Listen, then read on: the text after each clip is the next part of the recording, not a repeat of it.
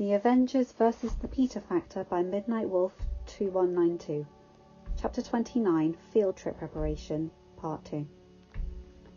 When Peter returned to school on Monday, it was to little fanfare. The whole school had heard about Mark's expulsion. Those who had been in his class talked about how his mother had appeared in the classroom, followed closely by his father and Principal Marita. Mrs. Walters was sobbing as she grabbed her son firmly by the arm and dragged him out of his chair with a surprising amount of strength. The whole class had heard her screaming at him for what he had done. As far as anyone could guess, he'd beaten up another kid badly. For such a smart school, very few people made the connection between Peter's absence and the drama with Marcus. People had then witnessed Marcus cleaning out his locker and his dad angrily looming over him while Marita and the school security guard stood out to the side as well. Ned had texted Peter updates about Marcus's expulsion, and Peter had walked straight up to Pepper's office. The woman looked at him with a smile, and Peter just walked over to her and hugged her tightly. "Thanks, Mum," Peter murmured, and Pepper pressed a kiss to the top of his head. And if Tony had saved the screenshot he took of Pepper and Peter's hug and made it his phone screensaver, who was going to know? "Dude, the place has been mad," Ned commented as he met Peter at his locker on Monday morning. Marcus was expelled and the whole school has been going through anti-bullying seminars since Wednesday. "But are you okay?" "Yeah, dude, I'm alright," Peter replied. His injuries had healed overnight, thankfully, but it had taken 3 days to calm Nebs and Uncle Wolf down enough not to go on a rampage at the school. The other Avengers had taken less time, just barely in the case of Wanda and Natasha. Peter had put his foot down on telling Grandpa Fury and the Asgardians. No one on Earth would have been able to stop them from going to the school and killing Marcus and the others. "Did you losers bring your slips?" MJ asked as she approached her friends. Both boys nodded and waved the slips of paper at her. "Good, Peter, I expect a behind-the-scenes tour, or at least a good commentary." "Sure, MJ," Peter replied with an eye roll. "You do know there will be nothing you haven't seen before, right?" "I know, but I totally believe your extended family will embarrass you, so I want lots of images for my sketchbook," MJ said with a smirk. Peter groaned softly, and both MJ and Ned laughed at him.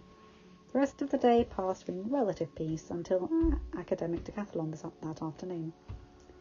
Peter and Ned were sitting in their seats discussing the newest Lego set Tony had bought for Peter when 2 hands slammed down onto the table. Flash was glaring at Peter with a smirk on his face. "So, you ran to your stupid aunt about what happened last week, did you?" Flash hissed. "It's your fault Marcus got expelled." "No, Flash, it's his own dang fault," Peter replied. Flash raised his eyebrow as Peter spoke back, something the other boy never did, but Peter had gotten a boost of confidence over the last week. He knew Pepper would address Flash's bullying, but that didn't mean he had to put up with it anymore. "I'm the one with still healing cracked ribs." "Whatever, penis. Just know I am thoroughly going to enjoy ruining you on Friday," Flash said. "I am going to prove to everyone you've been lying about your internship, and when I do, they're going to chuck you out on your poor, pathetic butt." Flash moved across the room to his own seat as Mr. Harrington entered, and Peter and Ned both glared at him from their seats. Throughout practice, Flash kept shooting Peter dirty looks, and when it ended, both MJ and Ned escorted Peter to Happy's waiting car. None of the teens were naive enough to believe Flash would let Peter's sass go unchecked. For the rest of the week, Peter avoided Flash as much as possible. Things were made worse by his chemistry teacher's snide comments about Peter's internship. "So, since Mr. Parker believes he is smarter than all of us because of his supposed internship," Mr. Phillips sneered at Peter on Thursday, "perhaps he can come up here and balance all 15 of these equations. Anyone who assists him will be given detention." Peter barely restrained himself from rolling his eyes as he approached the board. He kept his head down as he balanced each equation the teacher gave him. When he was done, he made direct eye contact with Mr. Phillips, dropping the whiteboard marker back onto his desk, and walked back to his seat. The bell rang for the end of class, but no one moved. Everyone wanted to see what would happen between Peter and their teacher. "Well, I guess we'll just see tomorrow, won't we, Mr. Parker?" Mr. Phillips said. "I expect you to be early tomorrow. Wouldn't want you to miss the bus." "I won't be on the bus, sir," Peter replied. "I have my internship tonight." So I have approval from my aunt and Principal Marita to meet you all at Stark Industries in the morning. Mr. Phillips simply glared at Peter as he dismissed the class. Peter and Ned made their way to the last class of the day, and Peter growled under his breath as Flash shoved him into the doorframe on their way out into the class. Just 24 hours more, Pete, Ned murmured as the boys took their seats. Peter nodded and took a few deep breaths before focusing on what his teacher was saying. That night, over dinner, Peter cleared his throat to get everyone's attention. They all turned to their favourite teenager. Eddie took a deep breath. Okay, I have some ground rules for the field trip tomorrow, Peter said, and the Avengers all raised an eyebrow at him. Don't insult my intelligence by saying you weren't planning anything. I know all of you far too well for that. But I do have some ground rules. The floor is yours, Bambino, Tony replied fondly. First, no stupid behaviour. That means no pranks, no adjusting Friday to make her say something stupid when I arrive. Nothing. Peter said, staring at Tony and then Clint, the two most likely to try and prank him like that. Second, I know you will ignore this, but please don't embarrass me. I'm not ashamed of any of you, but I know that all of you like to see me blush. I can't stop you from crashing the tour, and again, I'm not dumb enough to try to stop you. Just remember that I go to school with these people after this. Third, remember that no one knows my identity. I'd like to keep it that way. Fourth, no one besides Ned and MJ know that I live here now. Again, I'd like to keep that on the down low as well. I don't need that kind of attention. So we can still visit? Clint asked with a smirk, and Peter sighed. Like I said, I can't stop you.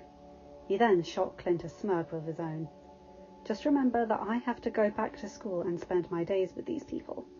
Also understand that any pranks that you play will be reciprocated with a vengeance. The Avengers all solemnly nodded for a minute before Rhodey let out a snort. That set the rest of the Avengers off, and they were all soon laughing brightly. Peter rolled his eyes fondly as Nebula pulled him back to his seat beside her. He really did love his family. Friday morning rolled around, and Ned climbed eagerly onto the bus. His mum had dropped him off early to school, and he was surprisingly one of the first people to arrive for the trip. What was even more surprising was that Principal Marita was one of the chaperones on the trip, along with Mr. Harrington and Mr. Phillips. Pianist must have been too afraid to show up. Flash's voice grated on Ned's nerves as the boy and his friends climbed onto the bus. Ned and MJ shared a glance and both rolled their eyes. Flash, if you had been listening yesterday, you would remember that Peter is meeting us at Stark Industries. MJ drawled as she pulled out her sketchbook. I understand why Tubbs over there would believe the bull but I'm surprised about you, Michelle. Flash said. Before MJ or Ned could respond, Principal Marita climbed onto the bus. Mr. Thompson, name-calling is not permitted on school property. The principal's voice was firm as he addressed Flash. This is your first warning. If I hear anything else nasty aimed at your peers, you will be spending the entire trip sitting on the bus with the driver. Once we arrive at Stark Industries, you are representing our school. Don't let us down. Flash moved to a seat at the back of the bus, and Ned smirked as the rest of the group climbed onto the bus. Once everyone had arrived, the bus driver pulled out into the traffic and headed for Stark Industries. Ned texted Peter that they were on their way, and he got a thumbs-up emoji in reply. 40 minutes later, the bus pulled up outside SI, and the group exited excitedly. The teens followed their teachers into the foyer, and Ned was instantly looking for his friend. He spotted Peter talking to Trish, one of the receptionists, and grinned.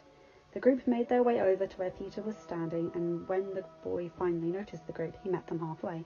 Morning, Mr. Marita, Mr. Harrington, Mr. Phillips.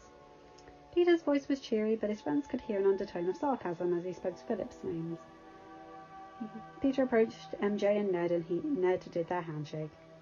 How was the ride over? As the trio talked, Flash glared at them. He had to prove that Penis was lying. There was no way someone as pathetic as Penis Parker could have an internship here. Flash was much better suited for the image of Stark Industries. Perhaps, by the end of the day, Flash would be an intern. They'd have to reward him for proving Penis was lying and besmirching the company's name. Hope you enjoyed this. Sorry if the nicknames for Peter were a little much, but you have to say them to get the effect. So, let's get ready for the next chapter. See you guys later. Bye.